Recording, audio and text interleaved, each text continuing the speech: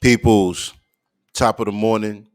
It is Friday, December 22nd, and I am here with your geopolitical news. Al Jazeera reports U.S. China top military officials hold first talks in more than a year.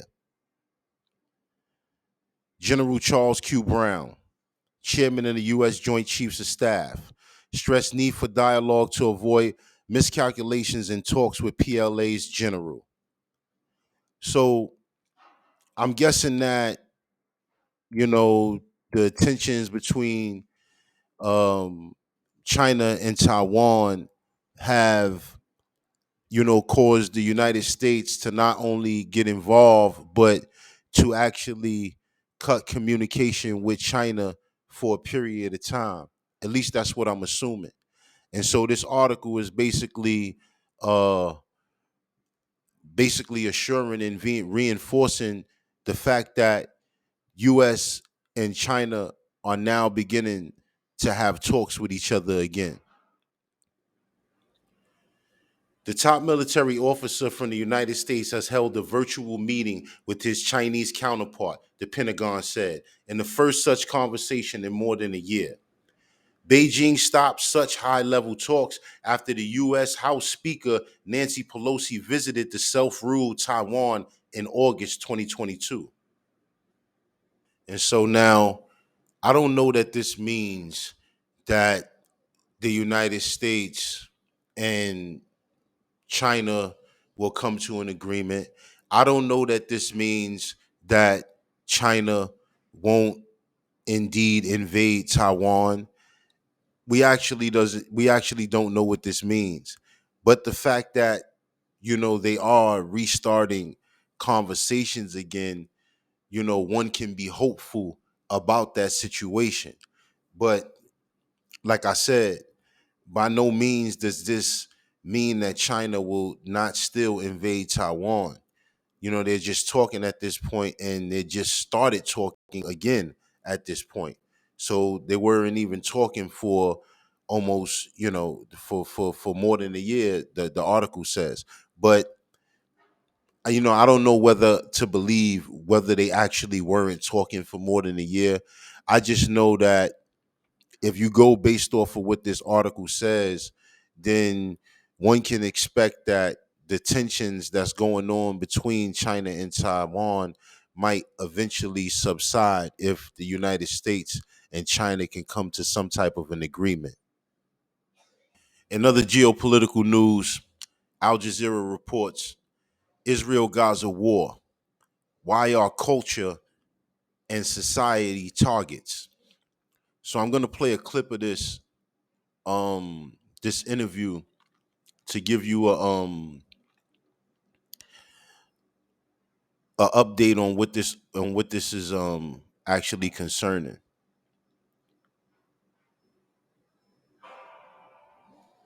Mabuto, thank you so much for joining us and up front. Thank you for having me, Mark.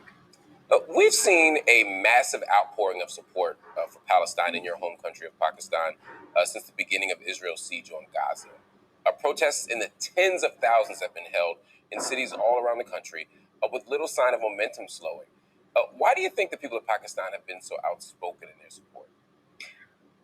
Pakistan has historically always supported Palestinian struggle and, of course, the ending of apartheid in Palestine. It's a relationship that goes back really to when both countries were made, in a sense. Pakistan is born in 1940. So basically, Pakistan and Palestine have a relationship. Now, this relationship I actually didn't know about, but one can assume that it's um it's a very good and healthy relationship. I mean, this region, I can only assume that a lot of these different countries in this region not only have a relationship with Palestine, but actually have more than just a relationship. And Israel is created in 1948, but Pakistan has always had a communion with the Palestinian people. we see from the United States to the United Kingdom to most of Europe and beyond to countries like Pakistan, that the people are wholeheartedly in favor of a permanent ceasefire, whereas the governments are not.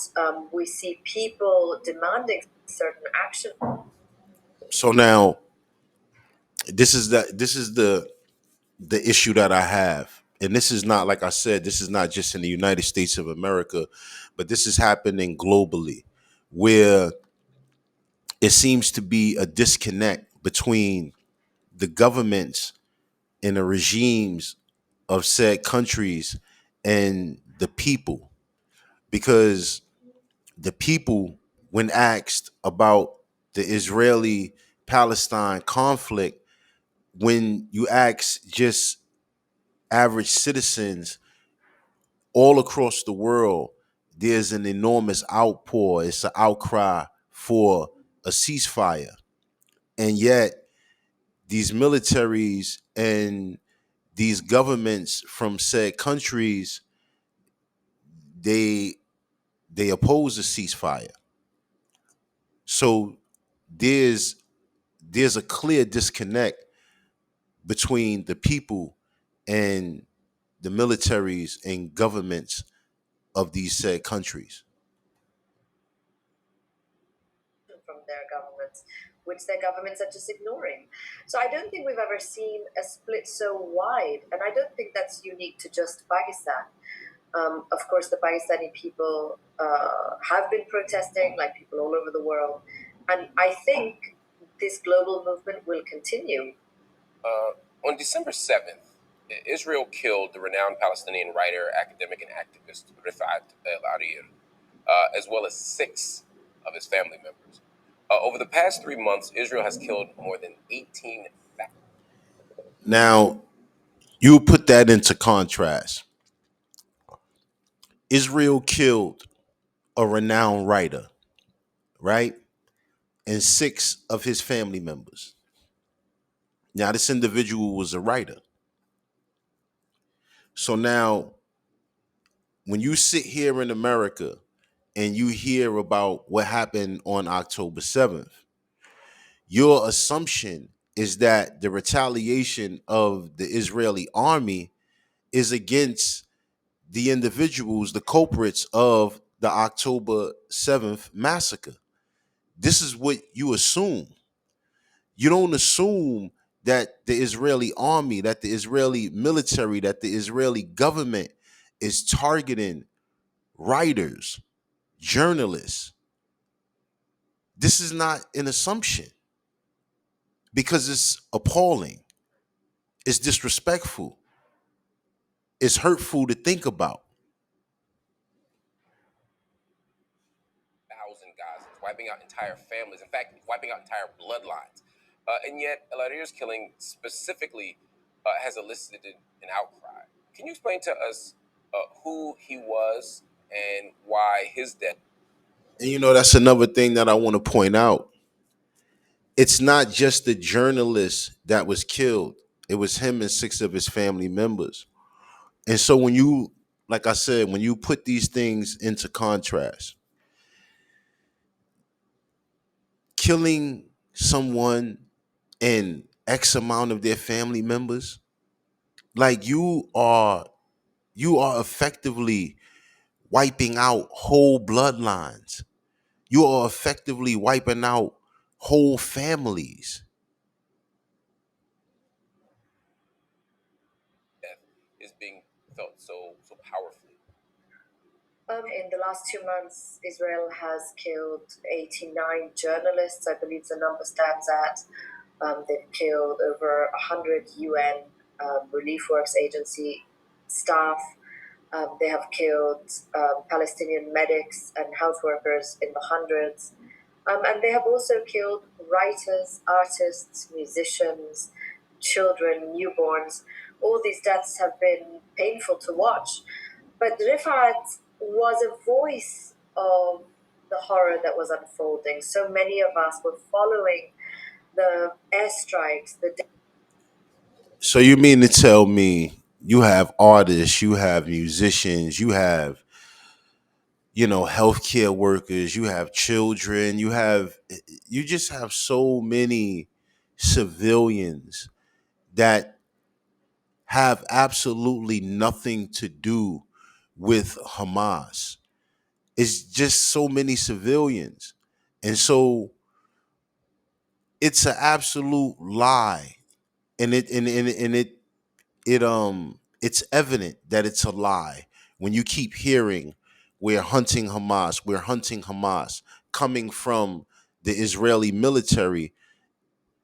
As each day passes and as the images come out, it's clear and it's more evident that it's a complete lie. Daily struggle to get food, the power cuts, the internet cuts, through Rifat's tweets, through his Instagram stories, and his will to survive, his poetry. He's talking about the impact of literature, the experience of writing that is one of the greatest human experiences because it bears testimony to survival, not just suffering. And I think as well, many of us know that this is really not just a war about October 7th. It's not just a war about Hamas. Because in that case, why are premature children being killed in neonatal wards? Why are doctors being killed? Why are journalists being killed? But why is a poet, as a So why are premature children being killed? Like, is there an answer? Does anybody that, not just any of my viewers that not just reside in the United States of America, but anywhere that you're viewing this and you're listening to this, are you okay with that? Is there an excuse that you can be given that would say, you know what, I'm willing to give the Israeli army a pass for the deaths of these premature babies? That's a question. Rafat was? Why is a poet and a translator and a Shakespeare scholar and a writer being targeted in his family home along with his siblings? It defies logic, it defies everything. The pain of his death, for many observers, is compounded by what his death signifies in terms of the loss of art, the loss of culture, the loss of literature. Of course, as you mentioned, scientists have died, journalists have died, artists have died. Major cultural sites have been destroyed, churches, mosques. When people lose their art, when people lose their literature, people lose their culture, what's at stake? Everything is at stake. You're losing.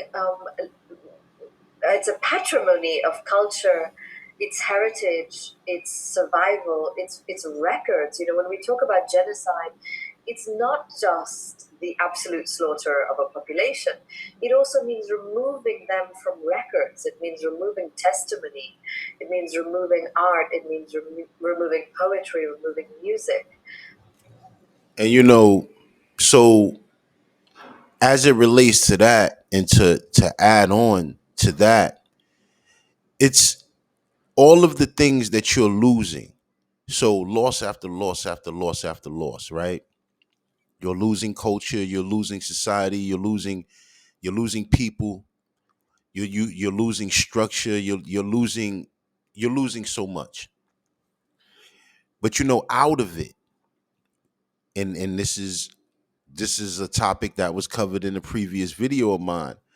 Out of it, what is it that you're creating?